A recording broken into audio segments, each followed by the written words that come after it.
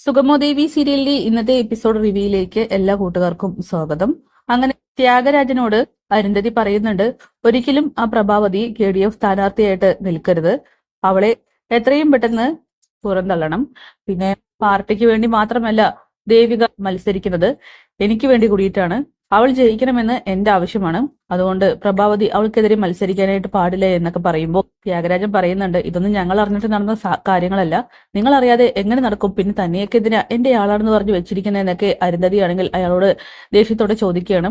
അത് പിന്നെ സ്വന്തം ഭർത്താവായിട്ടുള്ള സിദ്ധാർത്ഥം പോലും അറിഞ്ഞിട്ടില്ല എന്നൊക്കെ പറയുമ്പോൾ എന്തായാലും പ്രഭാവതി മത്സരിക്കരുത്, തോൽക്കണം. ഇവിടെ ദേവികയുടെ ജയം മാത്രമാണ് പ്രാധാന്യം എന്നൊക്കെ പറയുന്നു.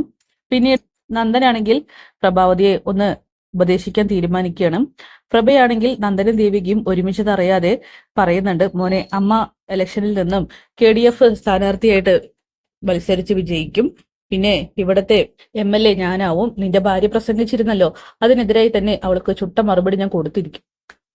പൈസ പോലും കിട്ടാതെ അവളാണെങ്കിൽ എല്ലാം പിൻവലിച്ച് ഓടിപ്പോകുമെന്നൊക്കെ പറയുമ്പോൾ ദേവികയെ തോൽപ്പിക്കരുത് എന്നിങ്ങനെ പറയുകയാണ് നന്ദൻ. അതൊക്കെ നീ ഇപ്പൊ പറയും, അത് നിനക്ക് അവളോടുള്ള സെന്റിമെന്റ്സ് കാരണം കൊണ്ടാണ്. പക്ഷെ നിന്നെ വേണ്ടാത്തവളാണ് ദേവിക, അവളുടെ പുറകെ നീ ഒരിക്കലും പോവരുതെന്നൊക്കെ പറഞ്ഞുകൊണ്ട് പ്രഭാവതിയാണെങ്കിൽ നന്ദനെ ഉപദേശിക്കുകയാണ്. അമ്മ, അതങ്ങനെയല്ല, ഞാനും ദേവി ഞങ്ങൾക്ക് പരസ്പരം ഞങ്ങൾ രണ്ടുപേരെയും വേണം. മോനെ, നീ എന്താ ഇപ്പൊ ഇങ്ങനെയൊക്കെ പറയുന്നത്? അതെ അമ്മേ, ആ ഋഷി അവനൊരു പാവം പയ്യനാണ്. അരയ്ക്ക് താഴോട്ട് തളർന്ന പയ്യനെ എങ്ങനെയെങ്കിലും ജീവിതത്തിലേക്ക് തിരിച്ചു കൊണ്ടുവരണം മാത്രമേ എന്റെ ദേവി വിചാരിച്ചിട്ടുള്ളൂ. ഇന്ന് ഞാൻ അരുന്ധതി മേഡത്തിന്റെ വീട്ടിലേക്ക് പോയി, അവിടെ വെച്ച് എന്റെ എല്ലാവിധ തെറ്റിദ്ധാരണകളും മാറി എന്നൊക്കെ പറയുമ്പോൾ പ്രഭയാണെങ്കിൽ ആകെ ഷോക്കാവുന്നു. ഓഹോ, അപ്പോ ആ അരുന്ധതി എല്ലാവരെയും കയ്യിലെടുത്തല്ലേ? ഇപ്പൊ ഞാൻ മാത്രം തനിച്ച്, ഇപ്പൊ എല്ലാവർക്കും എല്ലാ സന്തോഷങ്ങളുമായി, പ്രഭ മാത്രം ഒറ്റയ്ക്ക്. എന്തായാലും കുഴപ്പമില്ല, എനിക്ക് ഞാൻ വിളിച്ച വരുന്ന ഒരുപാട് ശിഷ്യന്മാരുണ്ട്, അവരെ വെച്ച് ഞാൻ പ്രചരണം നടത്തി ജയിച്ചോളാം എന്നൊക്കെ പറയുമ്പോൾ നന്ദൻ പറയുന്നുണ്ട്, അമ്മയ്ക്ക് എന്താ ഞാനും ദേവിയും ഒന്നിച്ചത് ഇഷ്ടപ്പെട്ടില്ലേ?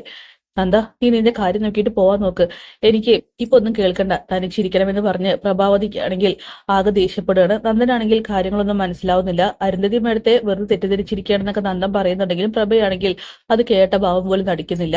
പിന്നീട് സിദ്ധാർത്ഥൻ രജനിയോട് പറയുന്നുണ്ട്, അമ്മയെ എങ്ങനെയെങ്കിലും ഈ പാർട്ട് ഇലക്ഷനിൽ നിന്നും പിന്തിരിപ്പിക്കണം.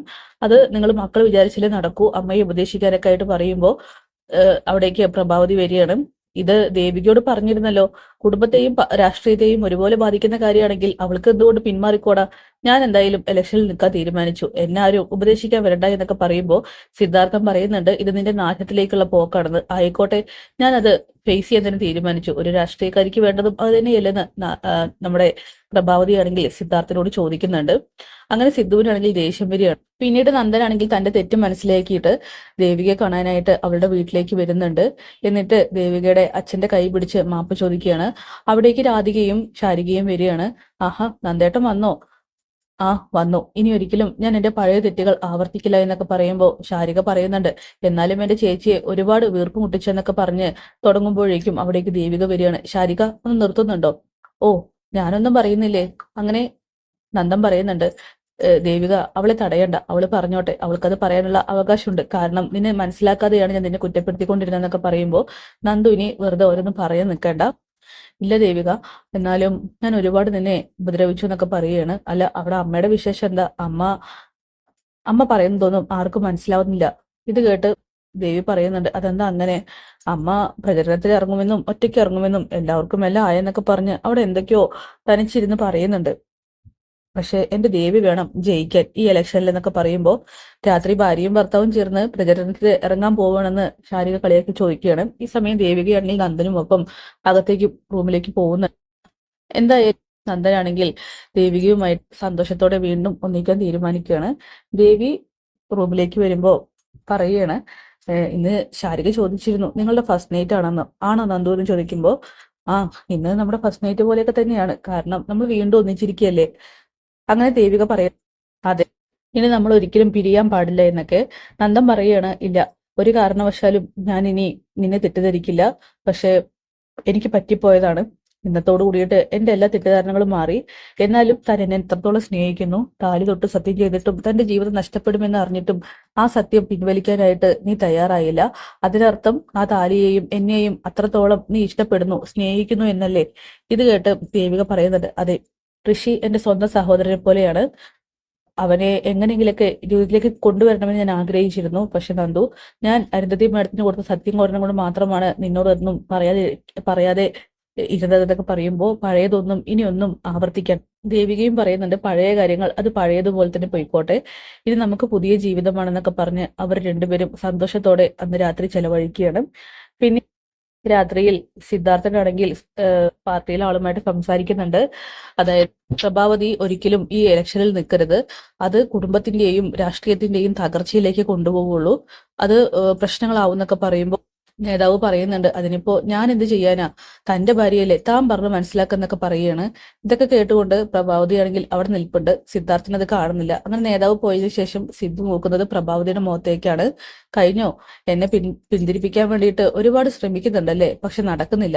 അങ്ങനെ സിദ്ധാർത്ഥൻ പറയാണ്, നീ ആരെയാ പ്രഭാവതി ഈ മത്സരിക്കുന്നത്, വെറുതെ കുടുംബത്തിൽ കോളിളക്കം സൃഷ്ടിക്കേണ്ടെന്നൊക്കെ പറയുമ്പോൾ, ഓ, ഒരു പ്രശ്നമില്ലാത്ത കുടുംബമാണല്ലോ നമ്മുടേത്, നിങ്ങൾ നിങ്ങളുടെ മരുമകളോട് പോയി പറയും, അല്ലാതെ എന്നോടല്ല പറയേണ്ടെന്നൊക്കെ പറഞ്ഞ് പ്രഭയാണെങ്കിൽ അഹങ്കരിക്കുന്നു. അങ്ങനെ സിദ്ധാർത്ഥൻ പറയുന്നുണ്ട്, നിന്നോടൊന്നും പറഞ്ഞിട്ട് കാര്യമില്ലെന്ന് പറഞ്ഞ് അകത്തേക്ക് കയറി പോവുകയാണ്.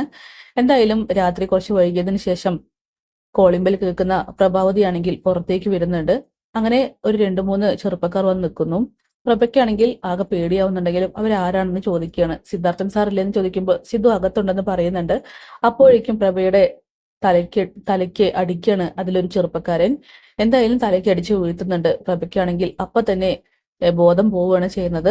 അങ്ങനെ പ്രഭ ഒരിക്കലും ഇനി മത്സരിക്കാനായിട്ട് നിൽക്കരുത് എന്ന് കരുതിക്കൊണ്ട് തന്നെയാണ് ഇത് ചെയ്തിരിക്കുന്നത്. മിക്കവാറും അരുന്ധതിയും കൂട്ടരും തന്നെയായിരിക്കണം ഇതിന് പിന്നിൽ. എന്തായാലും പ്രഭാവതിക്ക് നല്ലൊരു അടി തന്നെയാണ് കിട്ടിയിരിക്കുന്നത്. ഇനി വലിയ പ്രശ്നങ്ങളിലേക്ക് തന്നെയാണ് പോയിക്കൊണ്ടിരിക്കുന്നത്. കാത്തിരിക്കാൻ നമുക്ക് ലേറ്റസ്റ്റ് എപ്പിസോഡ്സിനായിട്ട്. Bye bye.